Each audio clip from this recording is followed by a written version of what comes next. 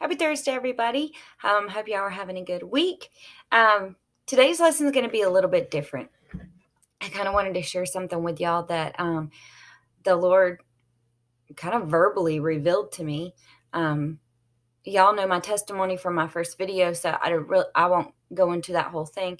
But basically, God's really I've never been this close to the Lord before, and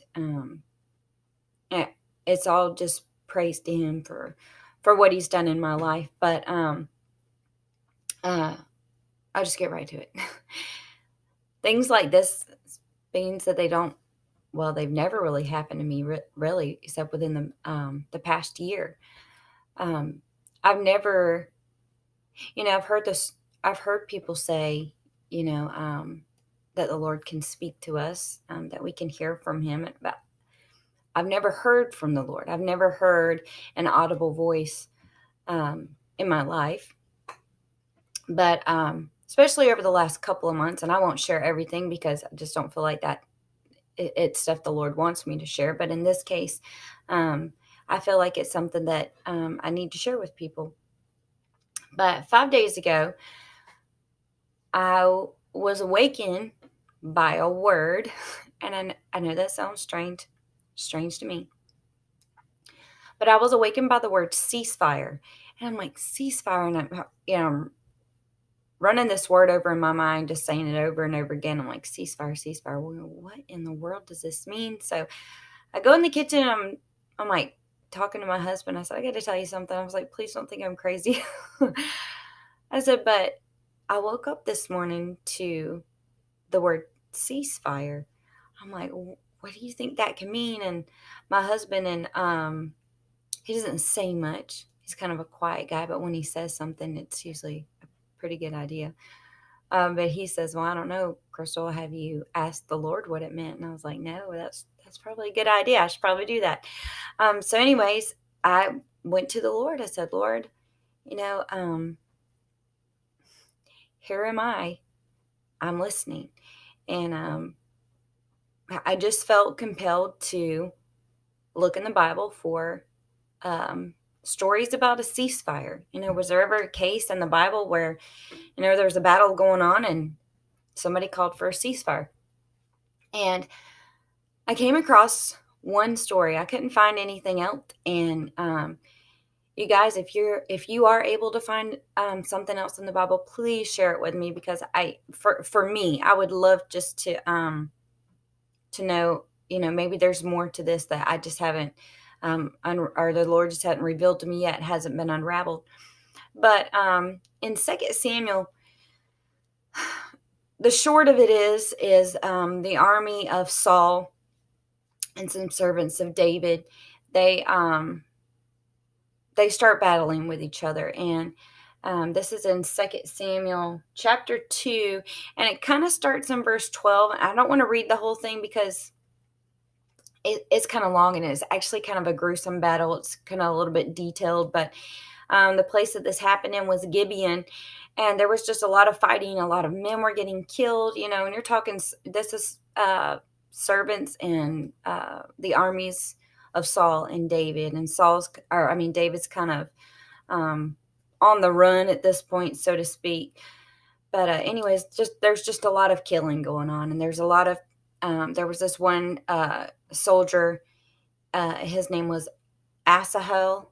I guess that's how you say it. He was pursuing this guy named Abner, and he's following after him, and he is trying to kill him. And Abner ends up killing the guy that was following him. And there's one verse in here, it's verse 26, that when I read it, I'm like, wow, well, this has to go along with this word ceasefire. In verse 26, it says, then Abner called to Joab and says, shall the sword devour forever? Do you not know that the end will be bitter? How long the pursuit of their brothers? And Joab says, as God lives, if you had not spoken, surely men would not have given up the pursuit of their brothers until the morning.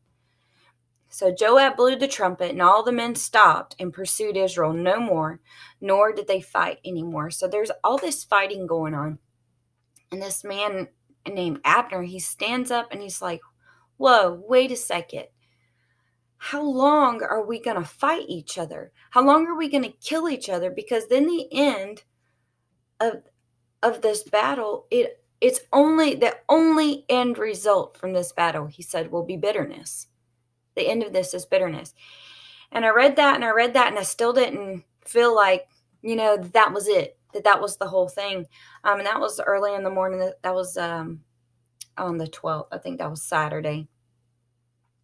So anyways, the day kind of goes on and it's getting closer towards evening time. And there's been a personal issue with my family that we've kind of been dealing with. And Saturday night, my husband told me, he needed to talk to me about it. And I made the comment to him. I said, honey, unless somebody stands up and says enough is enough, this is going to keep going on. And as soon as I said that, it was just like I had this overwhelming sense from that I can only explain. It was from the Holy Spirit. I kind of felt like that just this, I don't know, a flush of some sort just came over me. And I went, oh my word, that was it. And while I realized this was a personal thing for me, because what I got out of this is the situation that we're going through right now. Unless someone stands up and says enough is enough, because what's happening right now, it's only destroying the lives of people. The end of it will only cause bitterness unless someone stands up and says enough is enough. This has to be stopped. We have to recompense. We have to seek forgiveness. We have to turn to God and ask him to heal this situation, for the Holy Spirit to work in the lives of people, of everyone involved, just whatever it is. But I wanted to share this with y'all because I don't know if there's somebody out there going through something like this, where the enemy is attacking from every angle. He's on all sides, and we just feel like we're being pursued. And in this case, I didn't read it, but Abner is kind of like going up a hill type thing, and this guy is behind him pursuing him to kill him, and Abner ends up killing the guy, or this other guy, that's following him. And I know the devil is after anybody who calls themselves a Christian, a son of God, those who have asked the Lord to come into their heart. And we are to put on the full armor of God every day, but we don't just put it on. We fight. It's a battle. It's a daily battle. And it takes someone. It might be you. You might be the one to stand up and say, you know what, enough is enough. I will not allow Satan to take over this part of my life. I will not allow him to win this battle, because truth be told, Satan's already a defeated foe. He hasn't won anything. When we allow the idea to come into our mind that Satan is winning something, then in kind of essence, he is winning, even though he hasn't. Does that make sense? I mean, it makes sense to me. But anyways, if you get a chance, read this. I was so just in awe on Saturday, so honored and so blessed that God would speak to me about this, because, I would have loved to have known about this a long time ago, but I don't think, had I not been in the walk that God has taken me down, I don't think I would have understood it even a month ago. But God's timing is so perfect. And I can look at it now and I can go, you know what? God revealed this to me. He opened my eyes to this understanding at just the right time.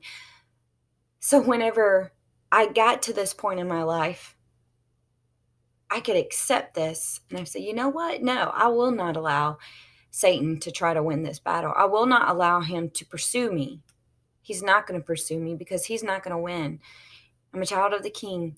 I'm God's child, and I will fight this until the end. And fighting is usually on our knees, praying and asking God to do something. God's timing will happen. He will accomplish it just perfect when it needs to be. And I continue to trust him. And I continue to just know that his plan is perfect. I hope you guys have a great day, and I will see y'all next week. Bye.